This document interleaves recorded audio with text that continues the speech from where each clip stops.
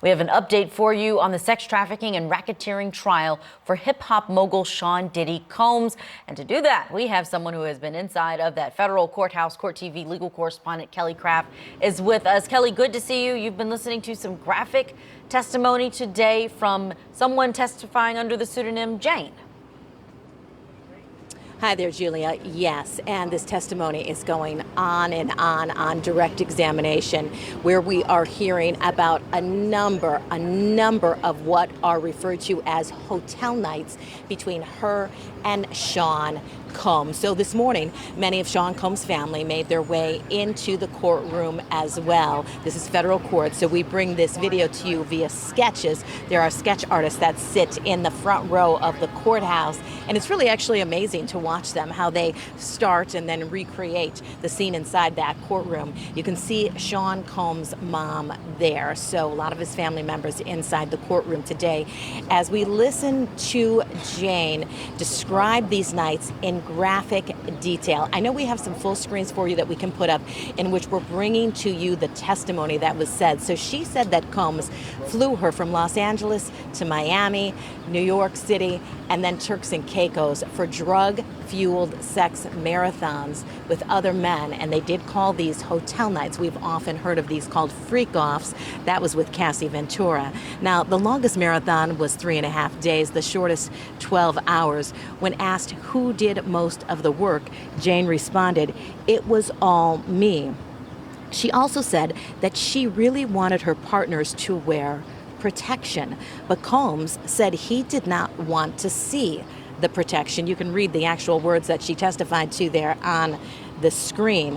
When asked why she felt she needed Combs' approval to wear protection, Jane broke down and she began sobbing. And she said, "I'm still trying to process even that." So Julia, when she is asked about all of these instances and how when she first started seeing Sean and she really felt so great about him, he was passionate, he was charismatic, and then he first introduced these ideas of these hotel nights I mentioned yesterday, she said that first time she felt exhilarated, but then it kept going and going. And as I was putting up some of the testimony there, it would last for days on end. I mean, it's horrific testimony when you think about what she went through in this seemingly horrific relationship, parts of it for sure. But looking at this, we're attorneys looking at the charges that he is facing: sex trafficking, racketeering. What are you seeing in terms of what evidence is coming out that supports the sex trafficking element of this case? Yeah, great question, Julia. So really the transporting, the going from different states to states, the forcing in this work, forcing in this prostitution, making Jane do things that she clearly was telling Sean she was not interested in doing. She said, "I did not want to have sex with the other men. I was in a relationship with Sean. I was fine having sex with Sean. I did not want to have sex with other men." Also important testimony in regard to the charges, the drugs. And this is where when we talk about that criminal enterprise and having some of Sean's underlings do his bidding for him. In particular, she provided some testimony today about transporting drugs. So she said she transported drugs from Los Angeles to Miami for Combs on one occasion. When she did express concern over traveling with the drugs, Combs' chief of staff, Christina Coram, who they refer to as KK, allegedly said, "It's fine. I do it all the time," and told her to put it in her checked luggage. So that was important testimony that the federal prosecutors were able to elicit under the direct examination of her, talking about this transportation of drugs as well, Julia. Kelly Craft, thank you so much for that live report with all of the details there in the Sean Diddy Combs case. We'll let you go back to the courthouse now and bring in National Trial Attorney Michael Jaffer to get reaction on what we're hearing. Michael Jaffer, we've got now Cassie Ventura has testified.